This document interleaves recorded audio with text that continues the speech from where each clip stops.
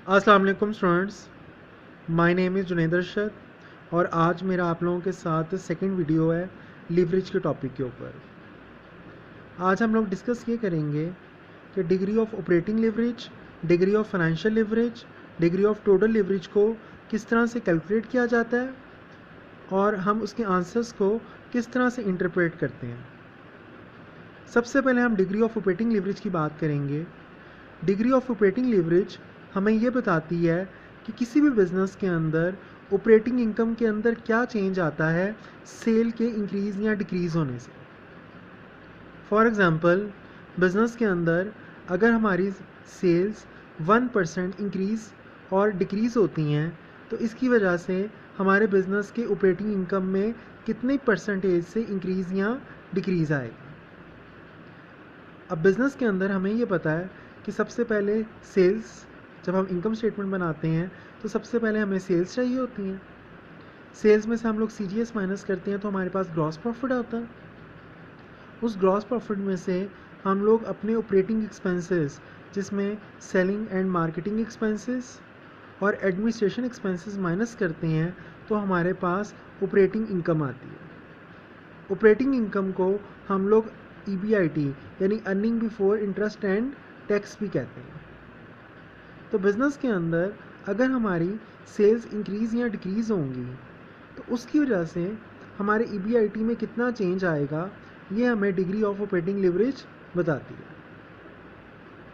अब degree of operating leverage को calculate करने के हमारे पास डिफरेंट फार्मूलाज हैं। अब उनमें सेकंड वाला फार्मूला हमारे पास है, degree of operating leverage is equal quantity, bracket के अंदर है price minus variable cost, bracket close, divide by quantity, bracket P minus V, bracket minus F fix cost है। अब Q से मुराद क्वांटिटी। अब क्वांटिटी का मतलब क्या है कि जितने यूनिट्स वो हमें बताएगा कि हमारी ऑर्गेनाइजेशन ने या हमारी कंपनी ने सेल की है, वो हम यहाँ पे पुट करेंगे। P मीन एक यूनिट की सेलिंग प्राइस, V का मतलब है एक यूनिट की वेरिएबल कॉस्ट, और इसी तरह नीचे भी quantity, price minus variable cost वही पुट होगी, माइनस फिक्स कॉस्ट, F से मुराद है फिक्स कॉस्ट। फिक्स कॉस्ट हमेशा हमें टोटल गिवन होगी। हम ये वैल्यूज़ पुट करेंगे तो हमारे पास डिग्री ऑफ ऑपरेटिंग लीवरेज का आंसर आ जाएगा। इसी तरह थर्ड नंबर पे जो हमें फार्मूला गिवन है वहाँ पे क्वांटिटी की जगह लिखा हुआ है S का मतलब है sales, minus total variable cost divide by sales minus total variable cost minus fix cost. जो ये थर्ड वाला फार्मूला है ये हम वहाँ पे पुट करते हैं जहाँ पे हमें टोटल सेल्स गिवन हो, जहाँ पे हमें टोटल वेरिएबल कॉस्ट गिवन हो, जहाँ पे हमें फिक्स कॉस्ट तो हमेशा टोटल ही होती है। ठीक है, तो जो आपका जो फर्स्ट वाला सेकंड वाला फार्मूला है ये वहाँ पे पुट होगा जहाँ पे हमें यूनिट्स बताए गए होंगे, और जो थर्ड वाला फार्मूला है वो वहाँ पे भी पुट हो सकता है जहाँ पे यूनिट बताए हों, और वहाँ पे भी पुट हो सकता है जहाँ पे टोटल सेल्स हमें गिवन हो। तो जो सेकंड वाला फार्मूला है हम ज़्यादा उसको यूज़ करेंगे। अब हमारे पास एक क्वेश्चन गिवन है, हम उसके अंदर वैल्यूज़ पुट करते हैं। Consider the cost of the project presented in the following table. Assume that 1 lakh units produced for each firm. Calculate degree of operating leverage for Atom Company and Beta Company. अब यहाँ पे हमें 2 companies हैं, उनका data given है और उसने ये बताया कि इन दोनों कंपनीज़ ने 1 लाख यूनिट सेल की हैं। ये हमारे पास क्वांटिटी आ गई, Q आ गया। अब नीचे देखें, सबसे पहले एटम कंपनी को देखते हैं। अब एटम कंपनी की प्राइस यानी एक यूनिट की सेलिंग प्राइस गिवन है 4, यानी कंपनी ने जो 1 लाख यूनिट सेल की हैं उसका एक यूनिट की सेलिंग प्राइस है 4।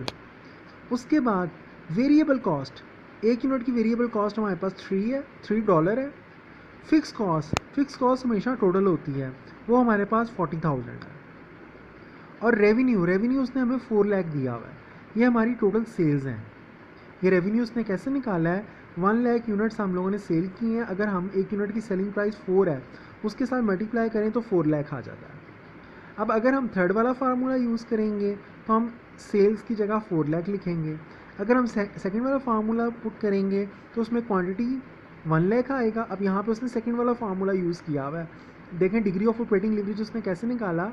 Q क्वांटिटी 1 लाख आ गया, P एक यूनिट की सेलिंग प्राइस 4 आ गई, एक यूनिट की वेरिएबल कॉस्ट 3 आ गई और टोटल जो फिक्स कॉस्ट है वो हमारे पास 40,000 आ गया। ये सारी वैल्यूज़ पुट करने के बाद 1.67 हमारे पास आंसर है। अब 1.67 हमें क्या बता रहा है, 1.67 हमें ये बता रहा है कि अगर हम सेल में 1% का इंक्रीज़ या डिक्रीज़ करते हैं तो जो हमारा जो EBIT है, जो हमारी ऑपरेटिंग इनकम है, वो 1.67% इंक्रीज़ और या डिक्रीज़ होती है।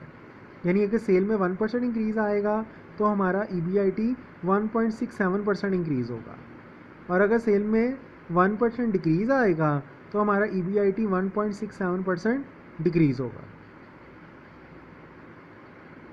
इसके बाद उसने degree of operating leverage beta company का निकाला है। अब बीटा कंपनी की वैल्यूज़ उसने पुट की हैं तो आंसर 2.50 आ गया। अब उसके बाद देखें नीचे उसने जो उसने मार्क किया हुआ है उसके अंदर उसने क्या किया हुआ है, उसने कहा हुआ है कि जो बीटा कंपनी है अगर फॉर एग्जांपल उसकी सेल 10% इंक्रीज़ होती हैं, ठीक है। अब यहाँ हम लोगों ने डिग्री ऑफ ऑपरेटिंग लीवरेज क्यों निकाली, हमने इसलिए निकाली है कि एक दफ़ा हमें पता लग गया कि सेल के चेंज होने से हमारी ऑपरेटिंग इनकम में कितना चेंज आ रहा है। तो अगर फॉर एग्जांपल सेल में 10% इंक्रीज़ होता है तो हमारा EBIT कितना इंक्रीज़ होगा वो हमें दोबारा से कैलकुलेट करने की ज़रूरत नहीं है, हम फ़ौरन बता सकते हैं। कैसे? अगर हमारी सेल्स 10% इंक्रीज़ हो रही है तो हम इसी 10% को 1.67 जो हम लोगों ने आंसर निकाला था उसके साथ मल्टीप्लाई करें तो 16.7 आंसर आएगा। इसका मतलब है जो सेल के अंदर अगर 10% का इंक्रीज़ आएगा तो EBIT में 16.7% का इंक्रीज़ आएगा। इसी तरह बीटा कंपनी के लिए अगर मैं कहूँ कि सेल मेरी 10% बढ़ती है तो मैं 10 को 2.50 के साथ मल्टीप्लाई करूँ तो वो 25% आंसर आएगा। इसका मतलब है सेल्स अगर बढ़ेंगी 10% तो EBIT बढ़ेगा 25%।